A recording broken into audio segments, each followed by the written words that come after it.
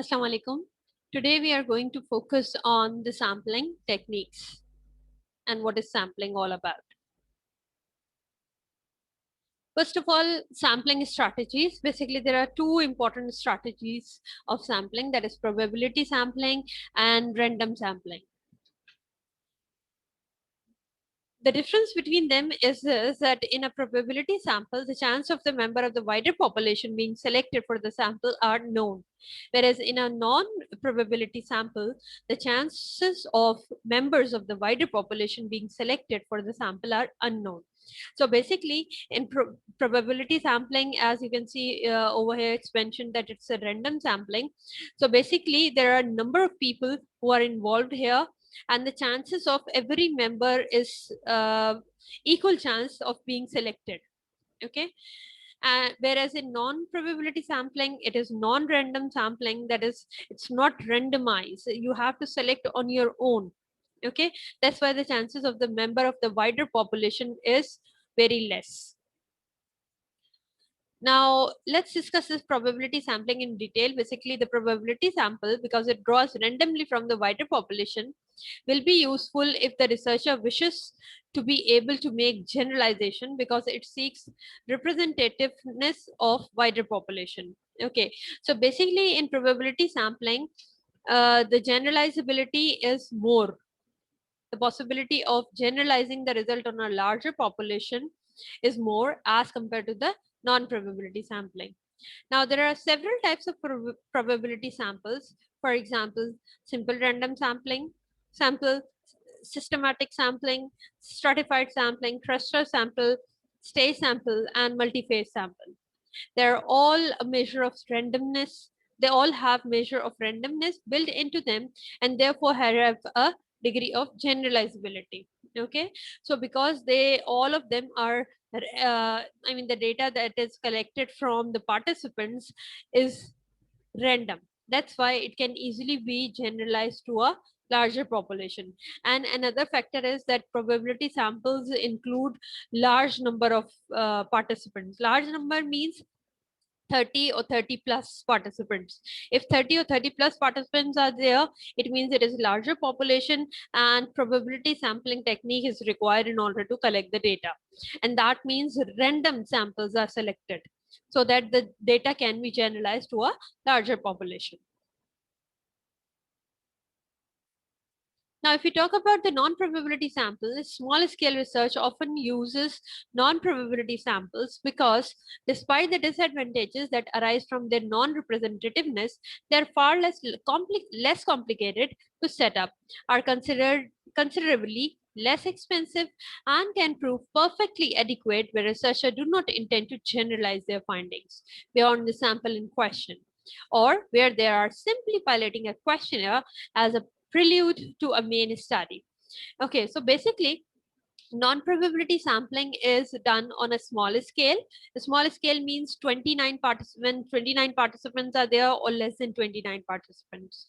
So in that case, usually the sample that you collect or the participants that you have selected are of your own. ठीक है, आप अपनी मर्जी से सब select कर रहे होते हैं. That's why they are non-representative. They don't represent the whole population, and due to that you cannot generalize the result to overall the whole population. Okay, और ये आपको करना भी नहीं होता. इस केस में ऐसी रिसर्चेस होती हैं कि जिसमें आपको generalize larger scale पे नहीं करने होता उसका result. Yeah, so sometimes it's just a piloting that you do for a question in order to check the questionnaire, or when there is no need to generalize on the whole population. Just as there are several types of probability sample, so there are several types of non-probability sample. Convenience sampling, quota sampling, dimensional sampling, purposive sampling, and snowball sampling. Each type of sample seeks only to represent itself or instances of itself in a similar population, rather than attempting to represent the whole undifferentiated population. Okay, so it basically seeks only to represent that particular participant or that particular community or that particular sample. Okay, not the whole, or the whole population or the whole people.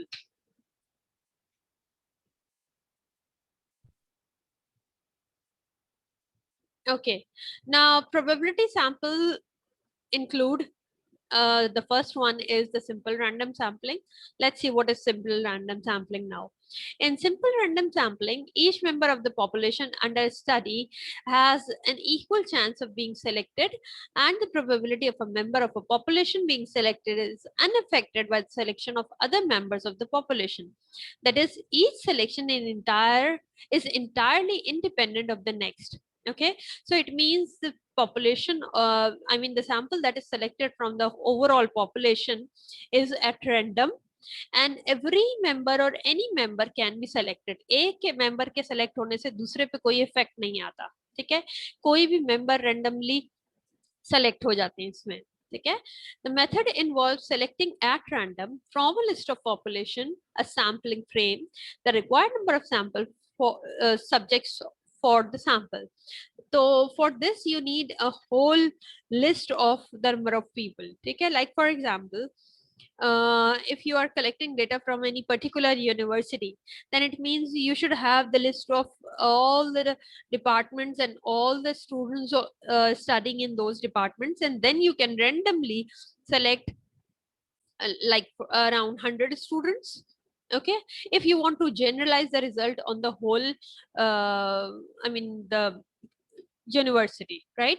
If you are planning to generalize the result on the whole country, that is all overall Pakistan, then it means you should have the overall list of people that are living in Pakistan, and then you can easily select thousands or millions of people in order to collect the data, right?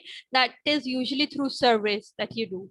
Okay, and the data that is collected is through the sampling type that is known as the simple random sampling or simple random sample. This can be done by drawing names out of a container until the required number is reached. So just like you have seen in Jito Pakistan, all the people are sitting in that particular hall, and few chits, I mean all the chits of all the people are there in that box, and that particular anchor pull out only I think 8 to 10 chits. So that is actually the simple random sampling, means every person has a chance of being selected. Okay, there is no I mean systematic way of selecting anything. Okay, randomly people are selected, or by using a table of random numbers set out in matrix form. These are reproduced in many books on quantitative research method and statistics. There are different other ways as well. Even now, these days, there are some softwares as well which can easily identify or provide you the list through simple random sampling. Okay, and allocating these random numbers to participants or cases. Example, okay, because of the probability and chance, the sample should contain subjects with characteristics similar to the population as a whole. Now, if you want to generalize the result on the whole population, then it means the characteristics of every kind of people, every kind of person should be there. It means some should be old, some young, some tall, some short, some fit, some unfit, some rich, some poor, etc. One problem associated with this particular sampling method is that a complete list of the population is needed, and that is not always readily available. Okay, so usually this is a issue in simple random sampling, that usually it is very difficult to get the list of all the population, right? So usually the list that we have we can get is through that we simply select the people, and then we say that we can generalize it on the overall population. ठीक है, बस ज्यादा से ज्यादा इसमें select करना होता है, क्योंकि लार्ज नंबर ऑफ पीपल होने चाहिए इसमें, और सिलेक्शन जो है वो रैंडम होनी चाहिए. बस these are the two important things. Now, the second type is systematic sampling. This method is a modified form of simple random sampling. It involves selecting subjects from a population list in a systematic rather than a random fashion. For example, if from a population of say 2000, a sample of 100 is required, it means then every 20th person can be selected.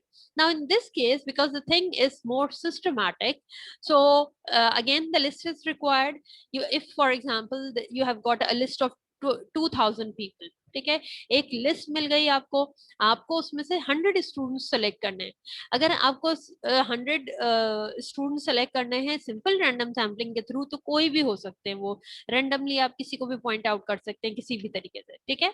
लेकिन अगर हम बात करते हैं systematic sampling की, तो it means 100 हैं और 2000 टोटल पॉपुलेशन है, तो वो जो लिस्ट होगी 1 2 3 4 5 6 7 8 9 10 और सो ऑन, तो उसमें से every 20th person will get selected, यानी 20th 40 पे जिसका नाम होगा वो, 60 80 100 120 140 160 180 and so on. Okay, so it means every 20th person will be selected. This is known as systematic sampling. Now, if you talk about the stratified sampling, then it involves dividing the population into homogeneous groups, each group containing subjects with similar characteristics. For example, group A might contain males and group B might contain female. Okay, so overall, the whole population is divided into homogeneous group, means equal number of group almost having similar characteristic in some way. ठीक है, means like for example male and female, so they are human beings. ठीक है, ऐसा नहीं कि things और human beings को कर ले. So they should have some characteristics, and there should be some differences as well between them. Like for example, the gender difference, male and female. In order to obtain a sample representative of the whole population in terms of sex, a random selection of subject from A and B must be taken. Okay, so it means after dividing the population, whole population into these two groups, then simple random sampling will take place. ठीक है, जो mail का एक group A है और females का group B है, तो ग्रुप A में से सिंपल रैंडम सैम्पलिंग के थ्रू सेलेक्ट कर लेंगे कुछ पार्टिसिपेंट, और इसी तरह से ग्रुप B जो फीमेल्स का ग्रुप है उसमें से कुछ पार्टिसिपेंट सेलेक्ट कर लेंगे. This is basically known as the stratified sampling. So if needed, the exact proportion of male to female in the whole population can be reflected in the sample. For example, अगर population में overall 10,000 mail हैं और 20,000 females हैं, ठीक है, सो ये ratio double का ratio है. ठीक है, तो इट मीन्स आपके जो पार्टिसिपेंट्स होने चाहिए, जो आप सेलेक्ट कर रहे हैं, जो सैंपल है या सब्जेक्ट कह लें आप, वो आपका इसी रेशो में आना चाहिए. यानी अगर आप 100 सेलेक्ट कर रहे हैं, तो इट मींस अगर मेल 10,000 थे और आप 100 ले रहे हैं and female are 20,000, then at least you should have 200 females. Okay, so 100 and 200 का रेशियो आएगा. Okay, so this is actually known as the stratified sampling. A stratified random sample is therefore a useful blend of randomization, because this at the second stage the sample or the subjects are selected randomly. So that's why it is a blend of randomization and categorization. The first stage is the categorization, categorizing them into male and female, therefore enabling both a quantitative and qualitative piece of research to be undertaken. So this type of sampling can be used in quantitative or qualitative, both type of researches. Now the next type is cluster sampling. By cluster sampling, the researcher can select a specific number of schools and test all the students in those selected schools. That is, a geographically close cluster is sampled. Now, next is the stage sampling. I hope the cluster sampling, okay, let me clarify it again. That cluster sampling means the researcher will select a school, right? For example, I want to do my research in Karachi, right? And I need to have few number of students.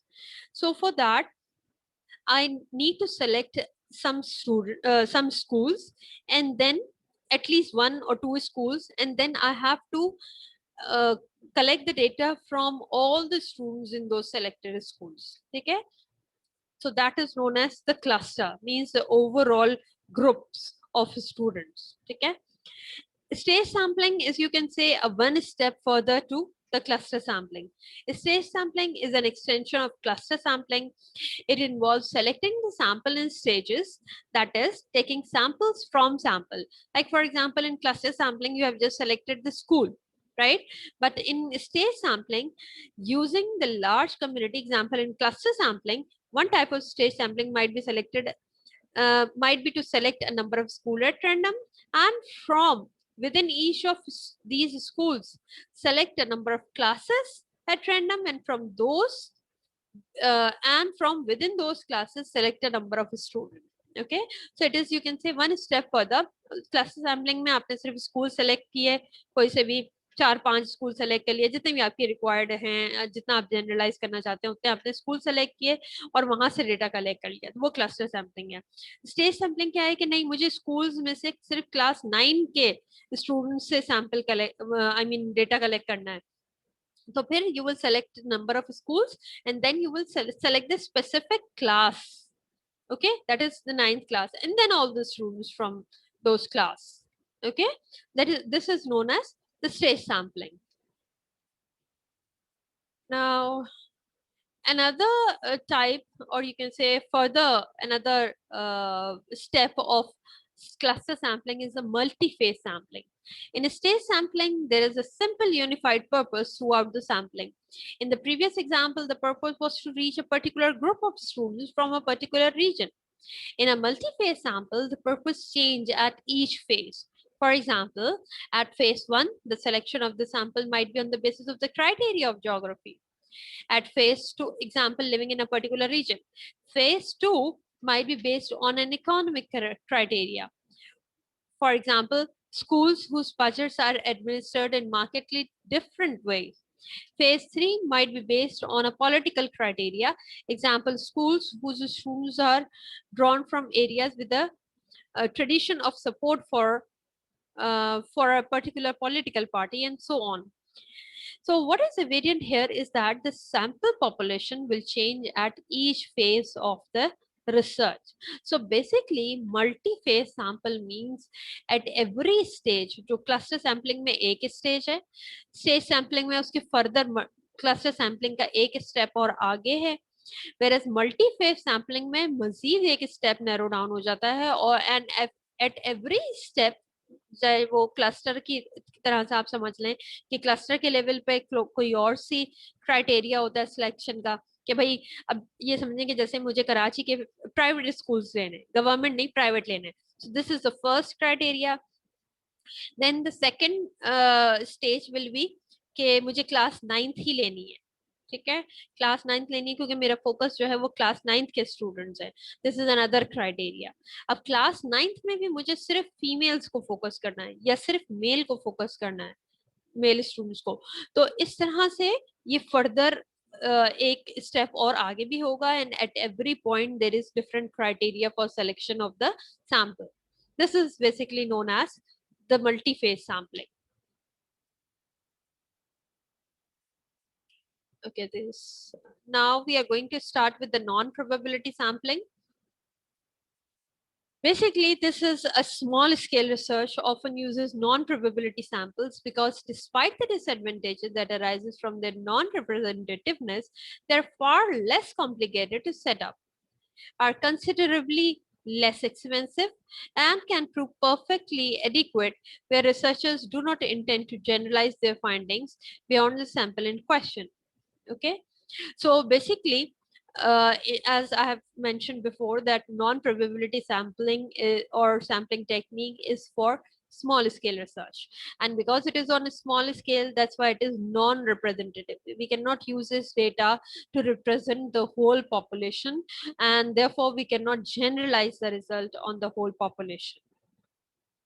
Now, this is frequently the case in small scale research. For example, as with 1 or 2 schools, 2 or 3 groups of students, or a particular group of teacher, where no attempt to generalize is desired. ठीक है, किसी एक school का किसी एक case को आप study कर रहे हैं, तो the result can not be generalize to the overall population. Okay, this is basically helpful in the way that it is less expensive, it will save your time. जहाँ नेगेटिव हैं या drawbacks हैं, वहाँ positivity भी है, ठीक है. You can easily administer this such kind of sampling technique, but obviously getting a whole list of people living in Pakistan is a very difficult task. ठीक है. सो दैट्स व्हाई वो, लेकिन उससे फायदा ये होता है प्रोबेबिलिटी सैम्पलिंग में कि मुश्किल तो होती है, लेकिन you can easily generalize the result on the larger population, whereas over here it cannot be generalized on a larger population. Now, there are several types of non-probability samples: convenience sampling, quota sampling, dimensional sampling, purposive sampling, and snowball sampling. Now, starting with the convenience sampling, this is the most commonly used sampling type that is used in non-probability sampling. Convenience sampling, or it is sometimes called accidental or opportunity sampling, involves choosing the nearest individual to serve as respondent and continuing that process until the required sample size has been obtained, or those who happen to be available and accessible at the time. Captive audience such as students or student teachers often serve as respondents based on the convenience sampling. Researchers simply chose the sample from those to whom they have easy access. So basically, convenience sampling, as the name suggests, you can conveniently and easily select the sample or the participants. Okay, and usually वही होते हैं कि जो आपके आपको easily available हो, आपको मिल जाए, या तो आप अपनी यूनिवर्सिटी में के लोगों को एक्सेस कर लें, या अपने एरिया के लोगों से आप डेटा कलेक्ट कर लें, या अपनी फैमिली में से कलेक्ट कर लें, या अगर किसी फैमिली के कोई यानी जैसे लॉयर्स हैं या टीचर्स हैं या प्रिंसिपल्स हैं, तो प्रिंसिपल्स और टीचर्स हैं तो वो उनके स्कूल में जाके कर सकते हैं, तो वो ये कन्वीनियंस सैम्पलिंग है कि आपके लिए ये कन्वीनियंट है कि आप आराम से वहां जाके कर सकते हैं, उनसे डेटा कलेक्ट कर सकते हैं. ठीक है. So basically the purpose is that captive audience means the audience that you can easily approach, those who are under your you can say approach, under your hand. Okay, so such participants are there in convenience sampling. Now, if we talk about the quota sampling, so it can be described as a non-probability equivalent to stratified sampling. So just like stratified sampling, के stratified sampling में दो groups में divide किया था, male female, और उसके बाद randomisation apply की, यानी रेंडमली सेलेक्ट किया data. So that is known as a stratified sampling because over there are large number of students or participants. Whereas over here, we are talking about the small scale researches, right? So in a small scale, अगर small scale में हम divide कर रहे हैं, stratas बना रहे हैं, so that is known as the quota sampling. So like a stratified sample, a quota sample strives to represent significant characteristics, that is the strata of the wider population. Unlike stratified sampling, it set out to represent these in the proportion in which they can be found in the wider population. So exactly the same thing that happens in stratified sampling can be applied over here, but sort of difference ये होगा कि here the sample size is small. Small means 29 participants are there or less than 29. Okay, so in similar way, they will be divided into male and female if you are focusing on the gender.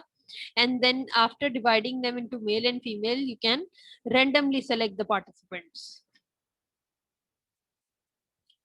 Now, the next very important and helpful sampling technique is the purposive sampling.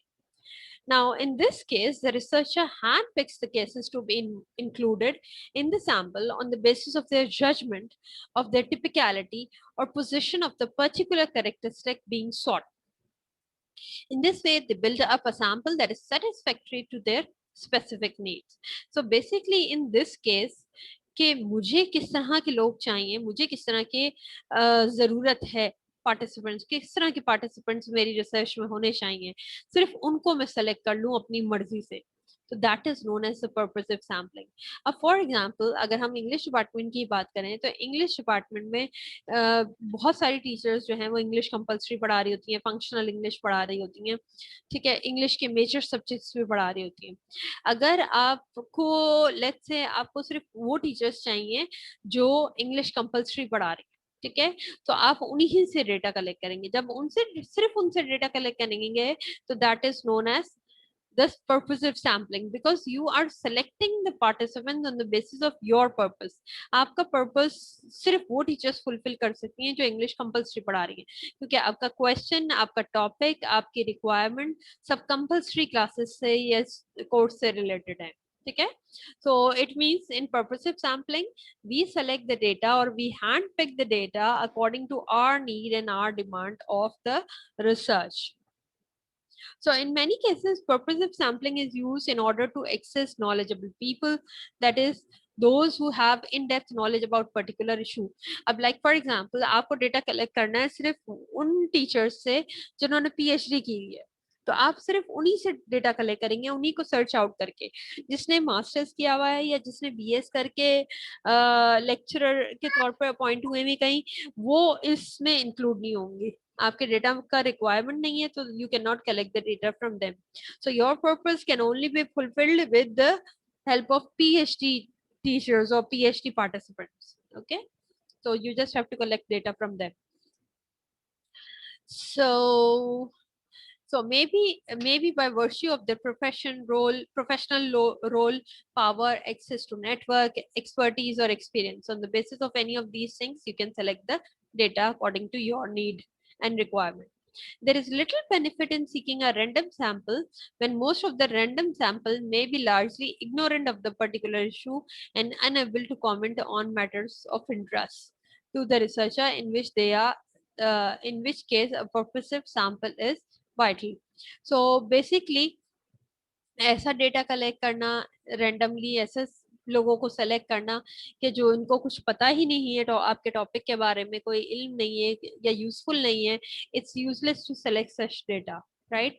So it's better to do purposive sampling in this case, so that you can get the data from the people who will be more helpful in your research. Though they may not be representative and their comments may not be generalizable, this is not the primary concern in such sampling. Rather, the concern is to acquire in-depth information from those who are in the positive, in a positive to give it.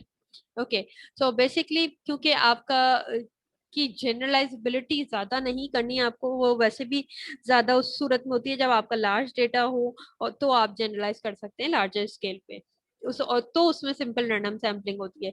लेकिन इस case में simple random sampling भी नहीं हो सकती, और क्योंकि small scale है, and secondly you are not willing to generalize the result, that's why. And the third thing, the most important thing is you need to have participants with a purpose. ठीक है, आप randomly select करने से आपका purpose fulfill नहीं होगा, आपका data खराब हो जाएगा. तो अगर आप purposively select कर रहे हैं, तो that will be much more better. Okay, now next is the dimensional sampling. Dimensional sampling is one way of reducing the problem of sample size in quota sampling, is to opt for dimensional sampling. Dimensional sampling is a further refinement of quota sampling. जिस तरह से cluster sampling था, cluster के बाद stage sampling था, stage के बाद multi phase था, इसी तरह से ये भी एक step कह लें थोड़ा सा narrow down हो रहा है. पहला है quota sampling, and then after quota sampling this is dimensional sampling. Okay, further refinement, yani it means the groups will be there. Okay, and then you need to have some respondent from those particular group of your interest. Okay, yahan random sampling nahi hai. Now the next very important and interesting sampling technique is the snowball sampling technique. Snowball is usually used when it is very difficult to find the required participants. ठीक है, आपको specifically कोई अपने मतलब के लोग चाहिए जिनको आपके लिए ढूंढना possible नहीं है, तो उसके लिए हम snowball technique use करते हैं. अब snowball क्या है? In snowball sampling, researcher identify a small number of individuals who have the characteristic in which they are interested. These people are then used as informant to identify or put the researcher in touch with others who qualify for inclusion, and these in turn identify yet others, hence the term snowball sampling. So basically it means के जैसे for example मैं दो लोगों को जानती हूँ जो मेरे रिसर्च में काम कर सकते हैं. जैसे अभी मेरी एक स्टूडेंट ने ब्लॉगर्स पे रिसर्च की है, ठीक है, ब्लॉगिंग पे. तो शी न्यू फ्यू ब्लॉगर्स, ठीक है, द फ्रेश ब्लॉगर्स. अब सबको तो नहीं जानती, सारे ब्लॉगर्स को तो नहीं जानती, तो उसके लेट्स से कि उसको दो लोगों का पता था. अब उसने उन दो लोगों से कहा कि भाई मुझे मजीद आप किसी ब्लॉगर्स को जानते हैं तो उनका बता दीजिए तो मैं उनसे डेटा कलेक्ट कर लूं. उसने बाकी फर्दर दो चार को बता दिया. फिर उन दो चार से आपने बात की तो फिर मजीद उनको से पांच छह और पता चल गए. इस तरह से एक से दूसरे, दूसरे से तीसरे, तीसरे से चौथे, इस तरह से सो ऑन करके जो डेटा कलेक्ट करते हैं, that is known as snowball sampling. ठीक है, आप सबको नहीं जानते लेकिन जिसको आप जानते हैं वो किसी और को जानता है, फिर वो किसी और को फर्दर, इस तरह से डेटा कलेक्ट हो जाता है आपके मतलब जिससे आप कलेक्ट करना चाह रहे हैं उनसे. This method is useful for sampling in a population where access is difficult, maybe because it is sensitive topic or where the communication networks are undeveloped. So these are the two reasons of uh, finding it difficult or selecting the data through this uh, technique. Okay.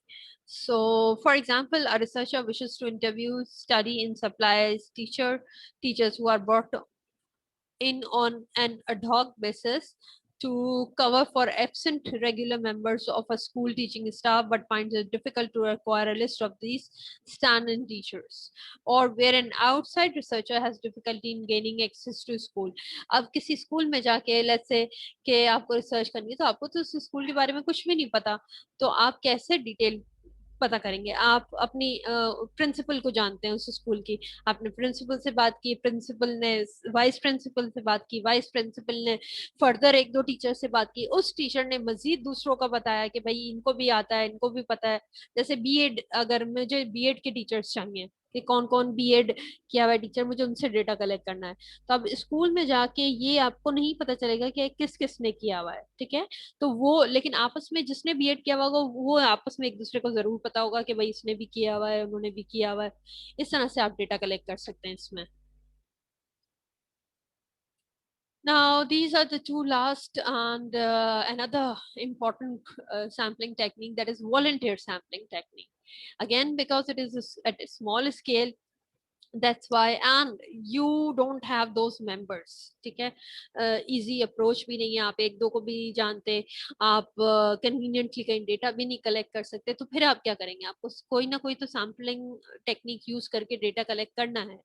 तो फिर then you will ask the volunteers to become your participant. Okay, so in case where access is difficult, the researcher may have to rely on volunteers. For example, personal friends or friends of friends, or participants who rely to a newspaper advertisement, or those who happen to be interested from a popular school, or those attending courses.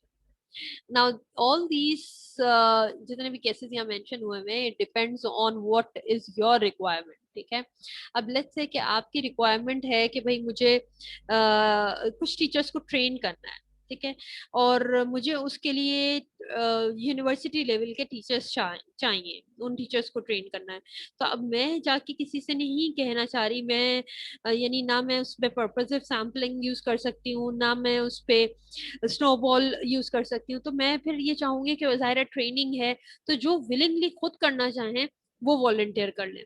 So in this case I can publish that in the newspaper, और अब तो वैसे भी technology का दौर है, तो आप फेसबुक पे या ट्विटर पे या इंस्टाग्राम वगैरह पे जिस पे भी आप अपने एक ब्रोशर टाइप का या एक यानी एडवर्टाइजमेंट बना के आप उसका वो लेआउट उसको रिप्रेजेंट कर सकते हैं. ठीक है, ताकि खुद फिर लोग वॉलंटियर करेंगे कि भाई हमें करना है, I want to be your participant, I want to get involve in this research. Okay, so this is known as volunteer sampling, and it is the only kind of sampling that is possible, and it may be better to have this kind of sampling rather than no research at all. Okay, अगर कोई भी research sampling technique नहीं लग रही तो ये ही लगा सकते हैं, मतलब ना करने से बेहतर है कि कुछ कर लिया जाए. Okay, the last type is the theoretical sampling. This is a feature of grounded theory. Grounded theory हमने डिस्कस की थी डिजाइंस में, ठीक है, when your target is to make a theory out of the data, right? So in that case, theoretical sampling is used. In grounded theory, the sample size is relatively immaterial as one works with the data that one has. So here, the I mean, whatever data the participant or the researcher has, he or she will work over that. So this is known as the theoretical sampling. So that's all for sampling techniques. Thank you so much.